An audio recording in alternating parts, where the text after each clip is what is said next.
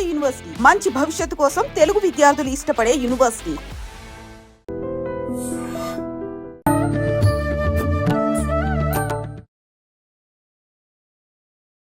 నమస్కారం, welcome to I dream. ధర్మ మార్గం విత్ విజిత కార్యక్రమానికి స్వాగతం. ప్రస్తుతం మనతో పాటు ఉన్నారు ప్రముఖ ఆధ్యాత్మికవేత్త ప్రొఫెసర్ సత్యనారాయణ మూర్తి గారు. ఇప్పుడు వారితో మాట్లాడి మరిన్ని మంచి విషయాలు తెలుసుకుందాం. నమస్కారం అండి. నమస్కారం మా విజిత. గురూజీ, ఆషాఢ మాసం రాబోతోంది. ఆషాఢ మాసం అనగానే మనకు ఎన్నెన్నో విశేషాలు ఉన్నాయి. కానీ ముఖ్యంగా మొదటి రోజు నుంచి ఒక 9 రోజుల పాటు కూడా నవరాత్రులు అనేవి జరుగుతూ ఉంటాయి. ఇవి ప్రత్యేకంగా గుప్త నవరాత్రులు, వారాహి అమ్మవారి నవరాత్రులు. ఏంటి అసలు ఈ వారాహి నవరాత్రులు జరుపుకోవాలని కొంతమంది, జరుపుకున్నా కూడా అందరూ జరుపుకోవడానికి లేదు అని కొంతమంది, అసలు జరుపుకోకూడదు అని కొంతమంది, అమ్మవారు ఉగ్ర రూపము, పూజలు కనుక చేస్తే మనము అలా ఉగ్రంగా తయారవుతామని కొంతమంది. అసలు ఏంటండి వాస్తవం ఏంటంటారు? అసలు నిజంగా ఈ నవరాత్రులు జరుపుకోవచ్చు అంటారా లేదా? జగద్గురువులైనటువంటి భారతీ తీర్థస్వాముల వారి ఉత్తరాధికారి శృంగేరి జగద్గురువులు విధుశేఖరేంద్ర సరస్వతి గారు క్లారిఫికేషన్ ఇచ్చేశారు, అందరూ చేసుకోవచ్చు అని. నండూరి గారు చేయకూడదని, చేయొచ్చని, ఆ ట్రైన్లో వెళ్తున్నప్పుడు కూడా మనం జపం చేసుకోవచ్చు ఆయన అంటే, చెర్రావూరి గారు చేయకూడదు, ఉగ్రదేవత, ఆమె సవతి తల్లి, సొంత తల్లి కాదని ఇట్లా అంటుంటే ఈయన అనుకోకుండా విధుశేఖరేంద్ర సరస్వతుల స్వాముల వారిని కలవడం, ఆయన్ని ఆ ప్రశ్న అడగడం, ఆయన చెప్పడం జరిగింది. కాబట్టి జగద్గురువులు అంటే ఆదిశంకరాచార్యుల వారు 37వ ఆదిశంకరులు, సాక్షాత్ ఆదిశంకరులు చెప్పేసినట్టే అందరూ చేసుకోవచ్చు. నెంబర్ 1. నెంబర్ 2, ఈమెని అర్ధరాత్రే చేయాలి అనేటటువంటి కాన్సెప్ట్ని చెర్రావూరి గారు చెప్తున్నారు. అర్ధరాత్రి అక్కడ స్వయంభూగా వెలిసినటువంటి కాశీక్షేత్రంలోనే మనకి ఉదయము మార్నింగ్ 4:30 నుంచి 8 o'clock వరకు టికెట్ల మీద దర్శనం, పూజలు. ఆ తర్వాత 9:30 వరకు 9 o'clock వరకు స్ట్రిక్ట్గా సర్వదర్శనం ఉంది, అందరూ చూసుకోవచ్చు. అందువలన క్లారిఫికేషన్ ఏంటంటే, దేవతల్లో ఎవరు కూడా ఉగ్ర దేవతలని, తీవ్ర దేవతలని, సాత్విక దేవతలని ఉండరు, అంతా ఒక్కటే. అది ఎవరికి అంటే బ్రహ్మ పదార్థం ఒక్కటే. వాళ్ళు రాక్షస సంహారం చేసేటప్పుడు ఉగ్రదేవతలుగా అవతరించారు. ఒక తల్లి తన కొడుకుని అల్లరి చేస్తుంటే, ఏ బుద్ధి లేదరా అని చెప్పి గట్టిగా సీరియస్గా యాక్ట్ చేస్తుంది. అది అంతవరకే. ఆ తర్వాత మళ్ళీ మామూలుగా రానాయన భోజనానికి రా, స్వీట్లు తిను అని ఇస్తుంది. అట్లా వారాహి అమ్మవారు ఏంటంటే, ఇది ఉపాసకులు చేసుకునేటటువంటిది గుప్త నవరాత్రులు అంటారు. అంటే రహస్యంగా ఉంచాలి అని, రహస్యంగా చెయ్యాలి అని. ఎందువలన అంటే మడి ఆచారము అనేటటువంటిది కూడా సాధనలో ఒక భాగము. మడి ఆచారం అంటే ఏంటి? ఏదో స్పెషల్గా అని కాదు. స్నానం చేయడం, శుభ్ర వస్త్రాలు ధరించడం, తలంటి స్నానం, మినిమమే. ఆ మినిమమీ కూడా పాటించినటువంటి వాళ్ళకి చెప్పొద్దు అన్నారు, అంతే. అందువలన గుప్త ఇవి ఎప్పటి నుంచో ఆచారంలో ఉన్నాయి, తమిళనాడులో ఉన్నాయి, ఉత్తర దేశాల్లో ఉన్నాయి. సో అటువంటి వారాహి అమ్మవారి యొక్క గుప్త నవరాత్రుల్లో ఆషాఢ మాసం శుక్ల పాడ్యం నుంచి ప్రారంభం అవుతుంది. నవమి వరకు అమ్మవారికి ఏముండదు, కుంకుమార్చనలు చేసుకోవడమే, మంత్ర జపం ఉంటుంది. ఆ తర్వాత వారాహి, అసలు ఆ వారాహి అమ్మవారు ఎవరంటే, ఈ వరాహమూర్తి ఉన్నాడు కదా, విష్ణుమూర్తి అవతారాల్లో ఒకటి. ఆ అవతారమూర్తిలో ఉన్నటువంటి చైతన్య శక్తి, అంటే కదిలే శక్తి, అంటే ఆయన యొక్క భార్య అని అంటాం. అలాగే వరాహమూర్తిని వారాహి అంటాం. సప్త మాతృకలు వీళ్ళు, బ్రాహ్మి, వైష్ణవి, వారాహి, నారసింహి ఇలా.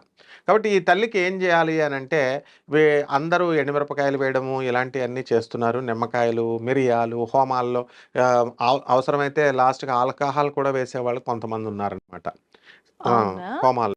ఇది పెద్ద పీఠం, మన సిద్ధేశ్వరానంద భారతి గారు పెట్టిన ఇక్కడ దిల్సుఖనగర్లో ఉన్న పీఠంలో మల్లికార్జున శర్మ అని ఉంటాడు, వాళ్ళంతా వేస్తూ ఉంటారు వారాహికి, ప్రత్యంగిరికి. ఇవేం అవసరం లేదు.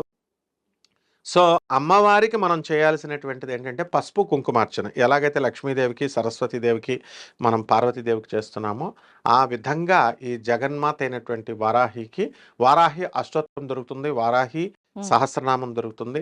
అండ్ జగద్గురువులైనటువంటి ఆదిశంకరాచార్యుల వారు నిర్దేశించారు, ఏ దేవతకైనా సరే, మన బెజవాడ కనకదుర్గమ్మ తల్లి మూలపీఠం, మాయాపీఠం, అమ్మవారికి అక్కడ కొండ మీదే ఏమన్నారంటే లలితా సహస్రంతో చేసుకోండి చాలు అన్నారు. అంతేగాని స్పెషల్గా ఏమో దుర్గాదేవి కాబట్టి దుర్గా మంత్రాలు, కాళికాదేవికి సహస్రం చేసేటప్పుడు కాళికా సహస్రాలు అవసరం.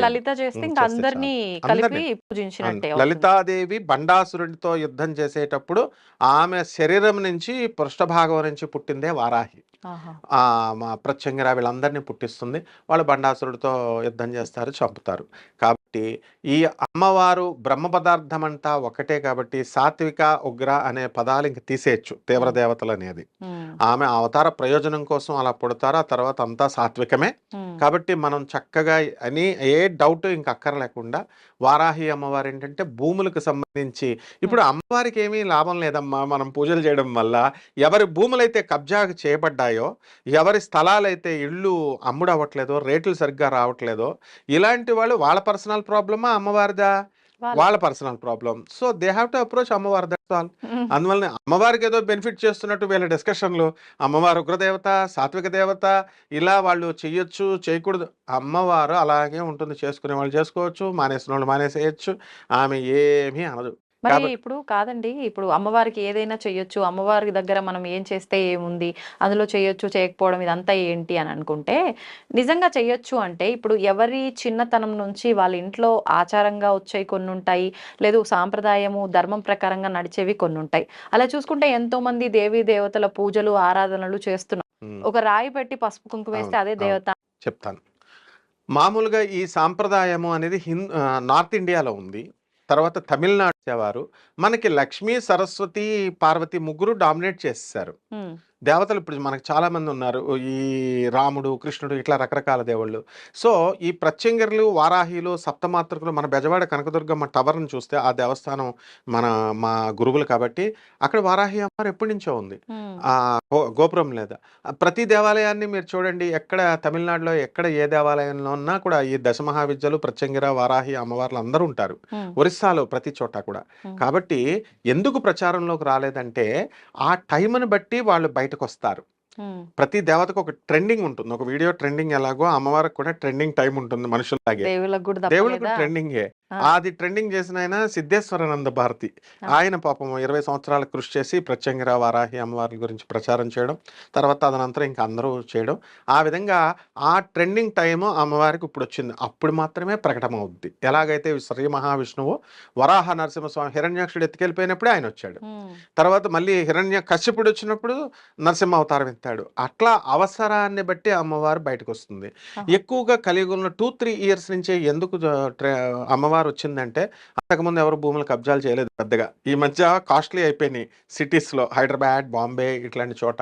సో అందరికీ కూడా భూములు కాస్ట్లీ కబ్జాలు జరుగుతున్నాయి కాబట్టి మన సాఫ్ట్వేర్ ఇంజనీర్లు, మన ఉద్యోగస్తులు అందరూ కూడా అన్ని ప్రొఫెషన్స్లో ఉన్నవాళ్ళు, చిన్న చితక స్థలాలు ఉన్నటువంటి వాళ్ళు వాళ్ళ అవసరార్థమై అమ్మవారిని వెలికి తీశారు. నేను గుప్త నిధులు అంటాం, భూమిలో ఉంటాయి, అవి బయటకు తీస్తే అవి ఎలాగైతే ఆ అవసరాన్ని బట్టి తీశారు. కాబట్టి అమ్మవారిని అందుకు ట్రెండింగ్ చేశారనమాట. ఆ అమ్మవారు వారాహి అమ్మవారు మనం పూజ చేసినా చేయకపోయినా ఆమె ఎప్పుడూ ఉంటుంది. మంత్రదేవత అంటాం. ఉమ్, ఈ మనం ఆ అవతారం ఎత్తక ముందు కూడా మంత్రదేవత సృష్టిలో ఉంటుంది అండ్ ఎవర్ లాస్టింగ్ ఉంటుంది. ఆమె ఎవరో కాదు, సాక్షాత్తు పార్వతీదేవే.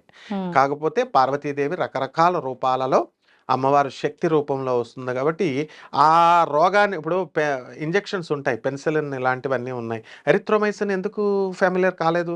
కరోనా వచ్చినప్పుడు దాని అవసరం తెలిసింది. ఉమ్, మరి పారాసిటమాల్ ఇవన్నీ పిచ్చి పిచ్చి టాబ్లెట్స్ అనుకునేవాళ్ళం.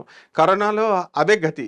అలాగా ఈ దేవతలందరూ కూడా లక్ష్మీ సరస్వతి డిమాండింగ్ దేవతలు, ప్రిడామినెంట్ దేవతలు ఉండగా వారాహి అవసరం లేదు, పారాసిటమాల్ లాగా పక్కన పడేసాం. కరోనా వచ్చింది, భూ కబ్జాలు ఎక్కువైనాయి కాబట్టి భూములు ఎక్కువ కొనాలి. భూదేవత ఆమె, కోర్టు సమస్యల లీగల్ ప్రాబ్లమ్స్. అందువలన వరాహం అంటేనే భూమిని ఎత్తుకొచ్చాడు కాబట్టి ఎవరికైతే ఈ అమ్మవారి పాపం గ్రీడీ కాదు ఈ అమ్మవారు. ఉమ్, పాయసానాలు ఇలాంటివి ఏం అవసరం లేదు అమ్మాయికి, అమ్మవారికి.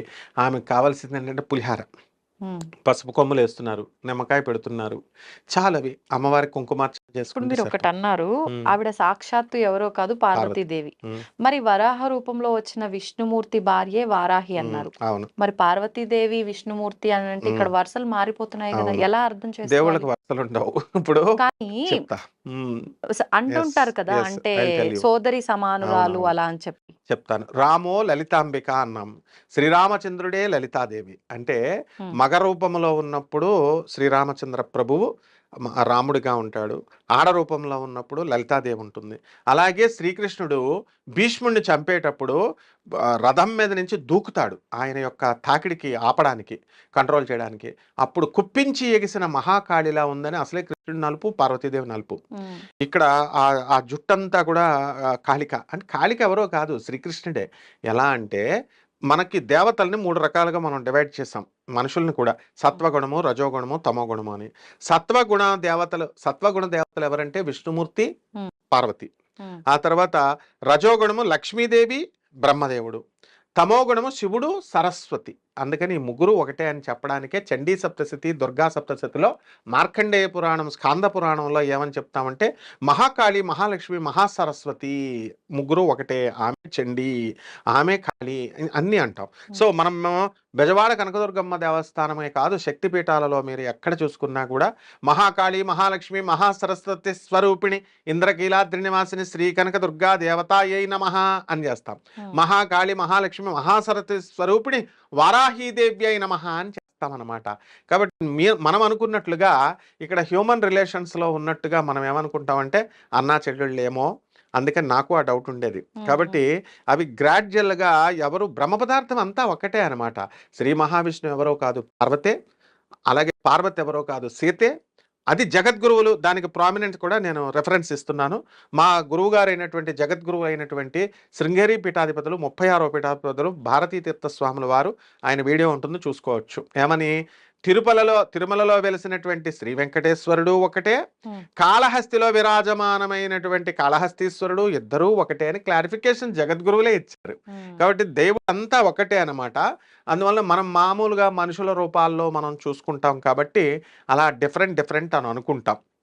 కాబట్టి క్లియర్ కట్గా ఆమె ఈ బ్రహ్మ పదార్థం అంతా ఒక్కటే. కాబట్టి డిశ్చార్జ్ చేసేటప్పుడు ఇచ్ఛాశక్తి, జ్ఞానశక్తి, క్రియాశక్తిగా డివైడ్ అవుతాం. పరిపాలన చేసేటప్పుడు డీసెంట్రలైజేషన్ ఆఫ్ పవర్. ఒక వీడియో వచ్చినప్పుడు ఎడిటర్ వీళ్ళు వాళ్ళు ఎలా ఉంటారో అట్లా ఈ అమ్మవారు ఇచ్చన కలిగించేటటువంటిది వారాహి, పార్వతి. పని చేసేటప్పుడు పని చేయాలి కాబట్టి క్రియాశక్తి, technical know how to do the work అనేది చెప్పేది జ్ఞానశక్తి, ఆమె సరస్వతి. కాబట్టి దయచేసి భక్తులు ఏమీ కన్ఫ్యూజ్ అవసరం లేదు.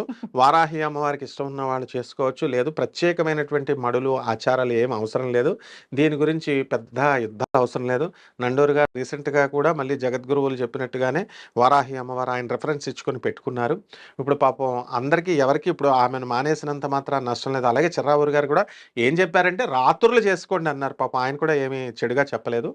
అమ్మవారి ఉపాసనలన్నీ కూడా రాత్రులే జరుగుతాయి. మగదేవుళ్ళందరూ ఏమో మార్నింగ్ జరుగుతాయి. అసలు దేవుడు మగ ఆడ అని ఉండదు, neutral, masculine and no feminine. కాబట్టి బ్రహ్మ పదార్థం అంతా ఒకటే కాబట్టి అలా డివైడ్ చేసుకుంటాం. అందుకని చిర్రావూరు గారు సాయంత్రాలు రాత్రులు చేయండి అన్నారు తప్ప ప్రజలు కన్ఫ్యూజ్ అవ్వాల్సినటువంటి అవసరం లేదు. వాళ్ళు చక్కగా వాళ్ళ పంచాయతీలే అయిపోయినాయి అనమాట. కాబట్టి ఇక వారాహి అమ్మవారికి చక్కగా గుప్త నవరాత్రులు పోనీ ఎవరైతే ఉపాసకులు ఉన్నారో వాళ్ళనే చేసుకోనివ్వండి. మామూలు వాళ్ళు డోంట్ గో టు వారాహి అమ్మవారు పోనే. ఆమె సాక్షాత్ డైరెక్ట్ పార్వతీదేవి డిపార్ట్మెంట్కి వెళ్ళిపోయి పార్వతీదేవిని చేసుకుంటే ఏం ఇది లేదు. అసలు విచిత్రం ఏమిటంటే వారాహి అమ్మవారు వచ్చిన తర్వాత ఏమైందంటే అమ్మ కంప్లీట్ స్వీప్ అయిపోయారు. ఎవరు? లక్ష్మి, సరస్వతి, పార్వతీదేవి గుళ్ళన్నీ ఖాళీలు అయిపోయినాయి. కమర్షియల్ పూజలు అనమాట. వారాహి అంటే వారాహి, ప్రత్యంగిర అమ్మవారు కాస్ట్లీ అండ్ కమర్షియల్ దేవతలు. కాబట్టి కొంతమంది అట్లా వల్ల ఈ వారాహి అమ్మవారి ట్రెండింగ్లోకి వస్తుంది పోతుంది. అదంతా కాదు, జగన్మాత ఆమె పార్వతీదేవి. ఆమెనే పార్వతీదేవి రూపంలో చేసుకుంటే ఏ గొడవ లేదమ్మా. లలితా శాస్త్రంతో చేసుకుంటే సరిపోతుంది. ధన్యవాదాలు.